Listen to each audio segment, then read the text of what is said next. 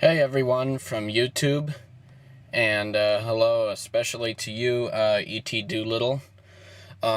Todd, I made this video especially for you because you had some questions about my modifications and that on our 2001 Ford Excursion.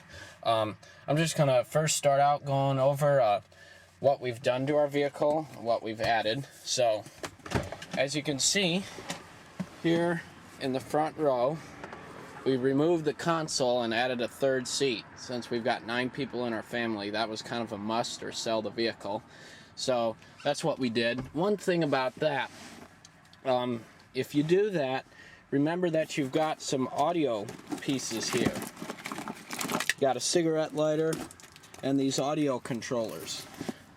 If you remove these, which they can be removed at this port right here, as you can see, it will disable the middle and rear speakers in the back.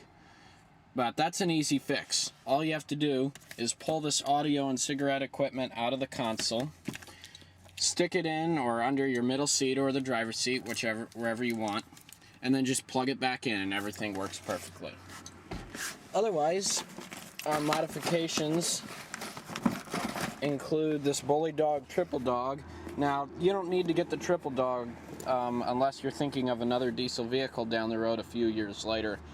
The only reason why I have this is because I was having trouble with some other Bully Dog products, and after a few sendbacks for upgrades or whatever, they just said, you know what, why don't we just send you this one and we'll see if that works. And even though it was like $200 more, they didn't charge me a thing for it, and this works perfectly as far as I know of.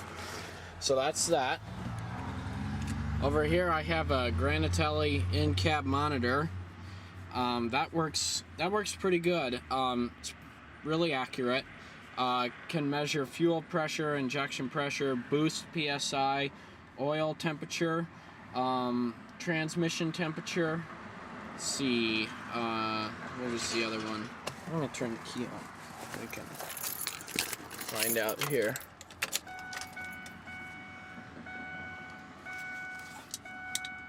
Okay, as you can see, I've got it set for EGTs, exhaust gas temperatures, transmission temperature, boost pressure, and oil temperature.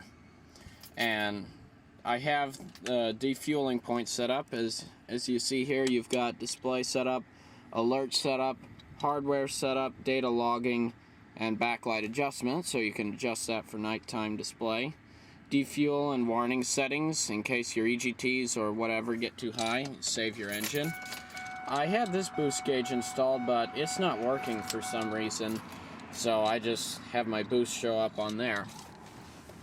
And under the hood we got another modification.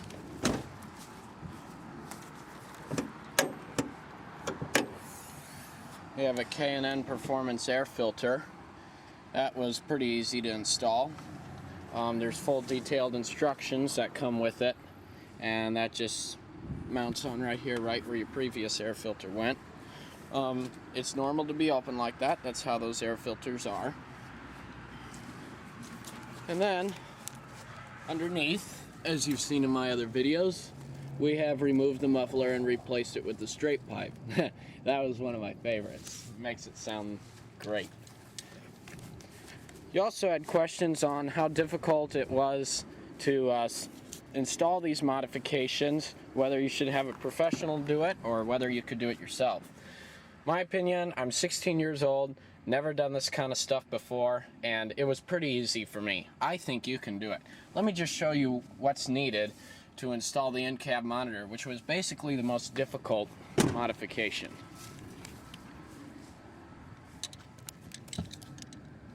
Back here, behind the driver's side firewall, you'll see this is where all my cables run in. Here's the air filter here, fuse boxes, and then there's the firewall there. That's where all my cables run through. The Egt sensor was probably the most difficult because you have to drill a hole in your exhaust manifold while the engine is running. And it wasn't that easy, but we got it done. Let's see, let me adjust lighting on my camcorder here. Oh shoot, there we go. Okay, this is the driver's side exhaust downpipe manifold.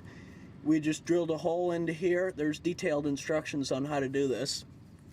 This is a cable here, and then that just screws into a hole that you'll have to tap. So you will need a tapping system if you go to do this.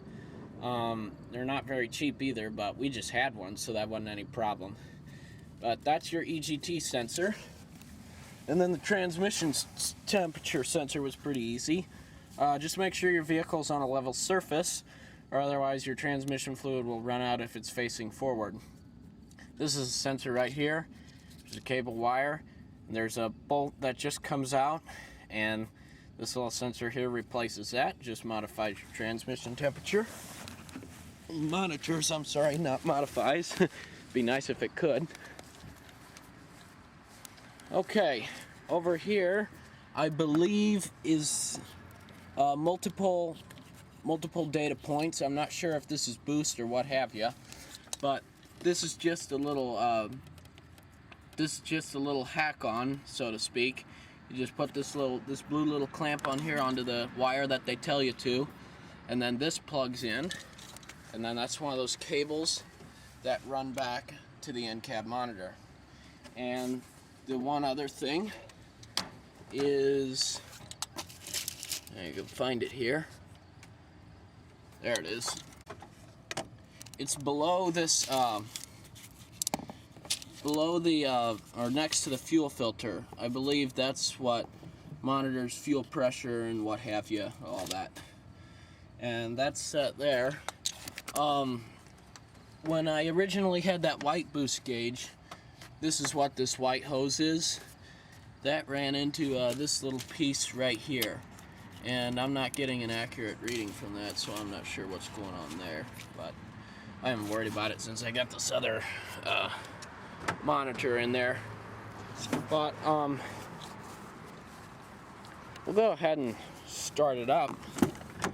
One thing you'll notice, if you have your tuner set in an extreme position, you will get a little bit of smoke coming out of the tailpipe when you fire it up.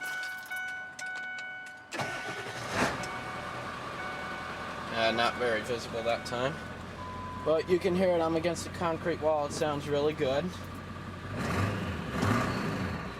It's pretty peppy too.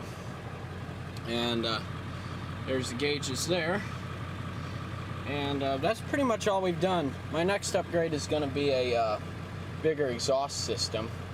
Oh, one other thing we do is we add a Diesel Clean's Power Service additive. And we use the gray container, the 1 gallon, and it takes about quarter gallon to every 40 gallons of fuel. So that really boosts fuel mileage, and that's a must, I would say. There she is, 156,000 miles and still purring away.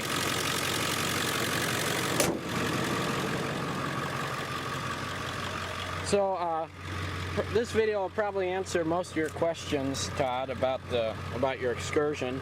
If you have any other questions or ideas, just let me know via YouTube or a message or a comment, whichever you prefer. And to all you other YouTubers, I hope this video was helpful. And if you have any ideas or suggestions, I'm more than open to any ideas that y'all might have. This is Daniel, signing off.